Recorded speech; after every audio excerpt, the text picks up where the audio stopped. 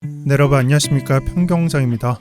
오늘은 약세장, 하락장이 언제 끝나는 것인가를 주제로 삼고 촬영을 해보도록 할게요. 요즘 트위터나 뉴스 등을 보면요, 사람들이 던지고 있다, 이더리움은 얼마나 내려가 있는지, 비트코인에 들어간 자금, 펀드들의 자금은 얼마나 내려오고 있는지, 이런 것들만 보입니다. 그럼 이 글들을 보고 이런 생각을 해봐야 되겠죠. 왜 이런 글들이 올라오냐? 사실 언론이나 매체 등에서 이런 주제를 다루는 거는 사람들이 궁금해하기 때문이에요. 왜 궁금해하냐? 현재 일반인들이 하락장, 약세장이라고 느끼고 있기 때문이에요. 우리가 생각할 때는 어떤 생각을 해야 되냐? 지표로서 생각을 해본다면 이미 약세장이 돌입한 지 꽤 되었고, 평균적으로 이걸 고려해 봤을 때는 2, 3개월 정도 이전부터 시작이 되었다라고 보시는 게 맞을 것 같아요. 그래서 요즘 뉴스 등을 보면서 앞으로 약세장이 시작되는구나, 하락장이 진짜 시작되었구나 라고 생각하지 마시고, 이미 시작되었으니까 크게 의미 갖지 말자, 이렇게 말씀드릴게요. 자, 그러면은 본주제가 되는 약세장 기간에 대해서 말씀드릴 텐데, 항상 가져오는 차트가 있어요. 점선은 반감기에 해당하고요. 그리고 빨간색 원으로 표시가 된 게 약세장이 암시되는 시기에 해당합니다. 그래서 제가 한 달 전과 2달 전에 차트를 브리핑했을 때는 이 기간서부터는 3개월, 6개월 이런 식으로 구분을 하면서 약세장이라고 봐야 된다라고 브리핑을 해드렸는데, 그게 280일이 남았을 때거든요. 근데 지금 현재는 한 250일 정도가 남았어요. 여기서 가장 궁금한 게 이 기간 안에 어떤 식으로 펼쳐지느냐, 하락장이 언제 끝나냐, 이 질문이 오늘의 주제가 되는 거고요. 지금은 도대체 어디까지 온 건가? 저는 두 가지를 설명드리고 싶어요. 전통적인 시기를 먼저 말씀드리고 싶은데, 정말 오랜만에 보는 차트예요. 스톡 투 플로우라고 S2F라고 부르는 차트죠. 그래서 빨간색부터 시작해서 빨주노초 파란보, 이런 식으로 상승장 하락장을 표현을 해놨는데, 지금 현재가 파란색에 해당하고요. 역사적으로는 한 3번 정도가 있었죠. 저는 한 12년도는 제외하고 봤었는데, 이 자료를 하나하나 다 모으니까 이 자료에서도 얻는 점이 많았습니다. 그 점이 뭐냐면, 지금 현재가 파란색 구간에 해당하는데, 파란색 구간은 전통적으로 상승장도 아니고 하락장도 아니고 횡보를 보여주던 장이다. 그게 드러나는 게 12년도와 16년도다. 20년도는 뭐냐? 20년도는 코로나라는 게 있었죠. 보라색에서는 나올 수 없는 차트를 한번 만들어냈어요. 그래서 12년도, 16년도랑 비교를 해보면 20년도에는 코로나로 하락이 존재하는데, 이게 없었다면 아마 횡보하지 않았을까라고 생각을 하고요.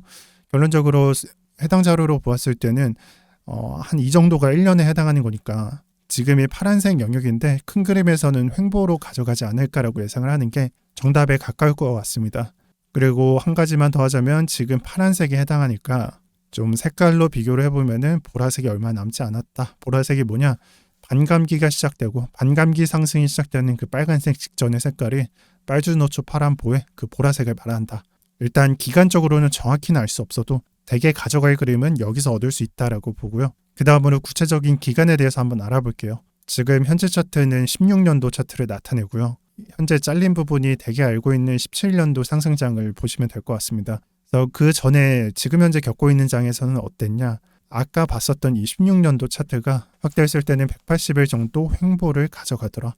그럼 30일로 나누면 6개월이니까 6개월 정도 횡보를 하더라. 16년도 차트였고, 또 제가 차트를 가져오지는 못했는데 12년도도 재보니까 180일 정도 횡보를 하더라. 그러면은 횡보하는 장이 180일이라는 데이터가 있는 거잖아요. 제가 20년도는 코로나로 측정을 못했으니까. 그러면은 지금 현재 대입을 해봐도 예를 들어서 한 80일 정도 지났다고 하면은 한 3개월 정도 남은 거잖아요.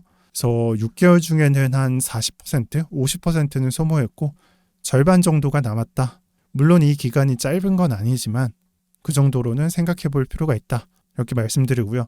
그럼 6개월이라는 횡보 기간이 전통적인 시장에서는 긴 기간일까? 조사를 해보니까 그렇게 긴 기간은 아니었습니다. 일단은 제가 위에 텍스트로 정답지를 적어놨는데, 이게 다우존스 차트예요. 다우존스가 한창 횡보를 하던 구역이 있었어요. 과연 얼마나 횡보를 했을까? 63년도부터 82년도까지 20년 동안 횡보를 했습니다. 물론 시대적인 영향도 있었을 겁니다. 2차 세계대전이 끝나고 냉전 시대에 돌입을 하고, 또 이때는 소련하고 미국하고 달을 보내야 된다, 우주선 쏘아 올리고, 그런 비전쟁적인 냉전 시대, 그런 걸 반영한다면 왜 안 올라갔는지는 알 수가 있는데, 10년 횡보는 너무하지 않았나 라고 생각을 하고요. 그래서 마지막에는 이런 말을 적어놨어요. 20년도 횡보하는데 고작 6개월 가지고 엄살 부리지는 말자. 그리고 제가 봤을 때는 6개월 중에 절반 정도는 왔다라고 보고 있습니다. 자, 그럼 그 횡보하고 있고 지금 약세라고 제가 말씀드리고 있는데 그 근거는 어디에 있는가? 이게 거래소의 볼륨량을 나타낸 지표입니다. 그래서 19년도부터 지금 현재 매 월별로 데이터를 나타내 보면요. 19년도부터 20년도 낮아지고 있고 20년도부터 21년도 낮아지고 22년도에 조금 높아졌다가 다시 낮아지고 있습니다. 최악값을 기록하고 있는 걸 알 수가 있어요. 그러면 이 데이터에 따르면은 지금 현재는 누구도 부정할 수 없는 약세장에 돌입했다. 그리고 그러한 지표는 22년도부터 나오기 시작했다고 볼 수가 있겠죠. 그리고 지금 현재 차트가 바이낸스를 제외한 거라서 바이낸스 차트도 가져왔습니다. 바이낸스 선물 시장에서 거래량을 보면요. 23년도 5월 16일부터 거래량이 줄어드는 게 보이시죠? 그래서 추세를 나타내기 쉽게 이런 식으로 줄어들고 있는데 단 한 번도 증가한 적이 없습니다. 제가 거래량을 말씀드릴 때 거래량이 줄어들고 있는 걸로 봐서는 이 약세장은 3개월 동안 5월부터 지속되고 있었다고 볼 수가 있고 이 거래량을 좀 중요하다라고 말씀드리고 싶은 이유는 제가 이평선, RSI, 스토캐스틱, 보조지표죠. 이러한 보조지표 등은 전부 무시해도 괜찮지만 반면에 거래량은 절대 무시하시면 안 됩니다. 왜냐면 이게 사람들이 후행성으로 따질 때가 있어요. 왜냐면은 이 거래량이 늘어날 때가 진짜 방향성이 나타나고 그때 후행성으로 나타낸다는 개념에서 어차피 봐봤자 후행성이다라고 생각을 하시는 분들이 있는데 그래도 다른 것보다 중요한 거니까 반드시 봐야 된다라고 생각을 하고요. 이제 결론 부분입니다. 제가 두 가지를 말씀드렸는데 정통적인 분위기에서 어떤 식으로 흘러갔는지 세 개를 구분을 해봤고 그 다음에 이 약세장 횡보 구간에서는 평균적으로 얼마나 기간이 소모가 됐는지 지금 현재 얼마나 남아있고 그리고 엄살은 왜 떨면 안 되는지 이런 것들을 말씀드렸고 현재는 약세가 현재 진행형이며 그 누구도 부정할 수가 없습니다. 달리 말하면 부정할 사람이 없습니다. 그리고 제가 좀 주관적으로 적어놨는데 현재는 6개월 중에 한 3개월 정도가 소모됐고요. 앞으로 보라색이 시작되는 이 빨간색이 시작되는 기간까지 두세 달 남았습니다. 그냥 좀 이해하기 쉽게 말하자면 23년도 1월부터는 이 보라색으로 상승 구간이 시작된다고 보시면 될 것 같습니다. 추가로 이 보라색 구간은 상승이 바로 시작되는 구간은 아니에요. 왜냐하면 빨간색 구간부터 보면은 우상향하는 느낌은 들지만 보라색 구간은 그렇게 상승폭이 크지 않거든요. 다만 여기서 느껴야 되는 것은 하락폭이 줄어들고요. 달리 말하면 저점을 터치하지 않는 게 확인이 되고 상승을 천천히 시작하는 지점이라고 보시면 될 것 같습니다. 그래서 요즘에 유튜브를 보면은 뭐 블랙락 ETF 시장 얘기를 들면서 금리 얘기도 들고 채권 얘기도 들면서 여러 가지 희망에 대해서 말하고 있어요. 근데 왜 그런 이슈, 특히나 블랙락이나 리플 이슈를 가져오는데 왜 유튜버나 아니면 다른 사람들은 이런 영상이나 소재를 가져오는 걸까? 저는 그러한 정답지가 사람들 소재가 없기 때문이 아닐까 합니다. 제가 한번 겪었거든요. 약세장이고 매매 안 해도 된다. 기회는 분명히 오게 되어 있는데 지금은 아니다. 이런 걸 계속 말하면은 사람들 떨어져 나갑니다. 뭐 요즘에는 달라지긴 했는데 이거 1년 동안 말하면은 사람들 떠나가니까 새로운 소재를 찾다 못해 이런 이슈들이 등장한다. 왜냐면 약세장이기 때문에 소재가 없기 때문이다. 그래서 그걸 보고 무조건 상승한다. 바로 상승하니까 지금 사라. 이런 식으로 생각하지 말라라고 말씀드리고 싶고요.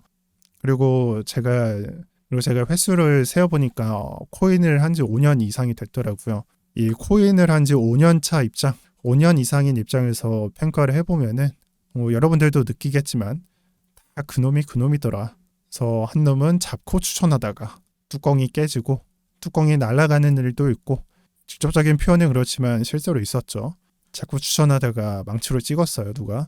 그리고 사람들 기망하다가 실체가 나오고 사기치다가 잠수 타는 놈도 있고 또 마지막이 좀 많은 것 같은데 선동하는 놈들은 매번 새로운 소재로 선동을 하고 그거는 나도 마찬가지더라 라고 느끼고 있고요. 또 말이 나와서 그런데 마지막으로 선동하겠습니다. 예전 영상에서 베이스 코인에 대해서 브리핑을 했는데 요즘 나오는 내용에 따르면 베이스 코인에 관한 좋은 뉴스들이 많이 나옵니다. 뭐 대개 이런 뉴스들은 사용자들이 많아졌다라는 내용이겠죠. 그래서 100만 달러 이상의 수수료가 나왔고 이용자 수는 얼마나 증가를 했더라라는 이슈가 있고 별개로 스캠이다라는 소리가 들리고 있는데 저는 그렇게 생각해요. 처음부터 근본이면은 저한테 기회가 올 리가 없다라고 생각을 하고요.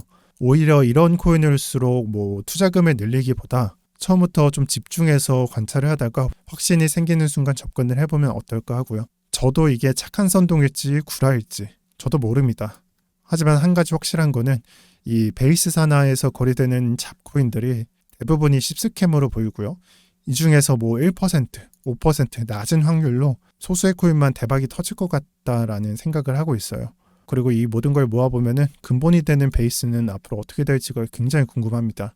그래서 베이스도 요즘에는 좀 유심히 보고 있고요. 오늘 영상은 여기까지 하겠습니다. 마지막으로 약세장에서는 수호방을 참고하셔서 매매에 도움 얻어가시고요. 고정 댓글에 달아드리도록 하겠습니다. 시청 감사드립니다. 오늘도 평경장이었습니다.